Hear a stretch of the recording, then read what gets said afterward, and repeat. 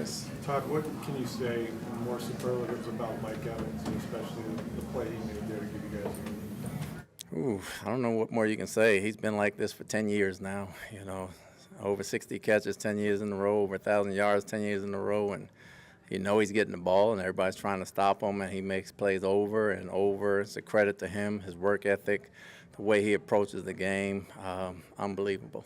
What about the way he's evolved his game, right? Like when he in his early years in the league, he was that kind of long strider. Now you're seeing a lot of yak from him. He's finding ways to make impact plays just in different ways, involve himself to play in yet another new offense. What can you say about all that? I think he's always had it. They always made him a deep ball threat, so he was kind of limited in the things he did, but now he's opening up a whole new part of his game, and I think that's what he loves about playing right now at this stage of his career. He's running routes he hadn't run early in his career, and he's making the best of them. He's getting yak yards, and he's a complete receiver. Can you talk about the play of J.J. Russell today and how impactful he was, and just your inside linebacker situation, having to play look like Ryan Deal at linebacker for you today?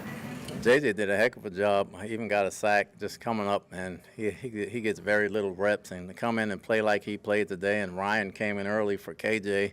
Ryan played linebacker off one day of practice, so, that was huge for him. And he did some of those things in Seattle, and we saw it. He had a walkthrough, and he had a couple reps, and he went in there, and he played a hell of a game, and he got a game ball as well as Mike. Were you worried, Todd, about Bryce Young as a scrambler at all today? And he was no factor running the ball.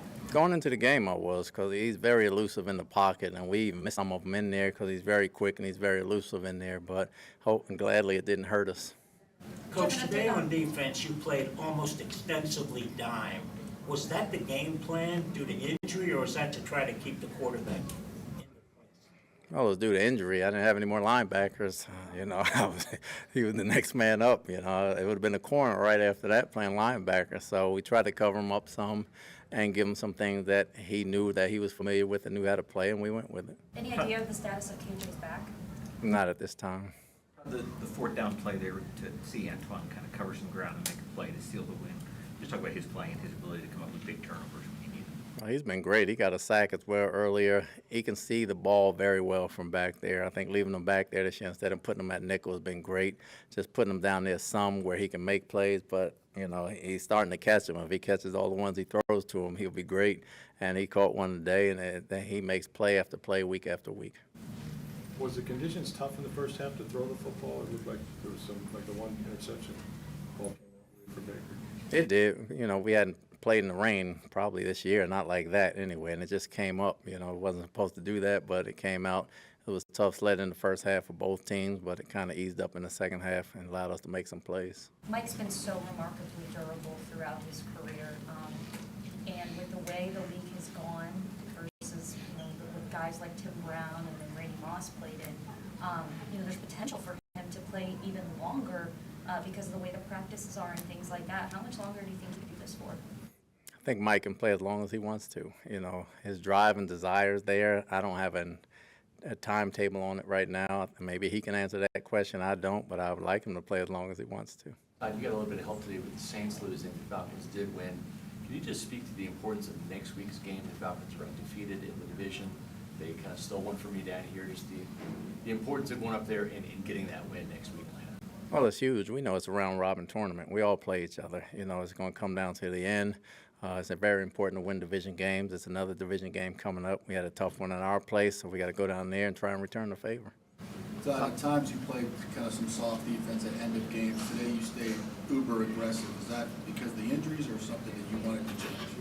He mixed it up some, and he's very accurate if you give him time in the pocket, and we knew he was kind of short, so he couldn't see over top. So if we can get him looking at the pressure, hopefully he made some errant throws. He didn't make too many, but we were able to get to him a couple of times, and he had some overthrows. So the guys did a good job with the game plan. What do you think about Young's future in the league, Todd, based on the first time you saw him? I think he's going to be a star. I saw him as a star when I was looking at film all week because, like I said, he had 40-something sacks, but he escaped 60-something. And he's very accurate given time. It's just first-year quarterback. Some do well with the people around him. Some you have to get some help, and some you just have to have growing pains. I'm glad I got him early. I don't want to see him too many times. How concerned are you for your inside linebacker position? Because like you said, you know, if something happened to Neal, you'd be down to having a corner there. Well, I'm not concerned today. You know, probably tomorrow I'll be more concerned about it, but I'm going to let it go for a couple hours and deal with it tomorrow. Whether Levante or Devin or Servassier are in play for next week? Tarazay should be. You know, his was a freak thing. He was sick, and, you know, he was just down and out. I'll see about Levante and Devin.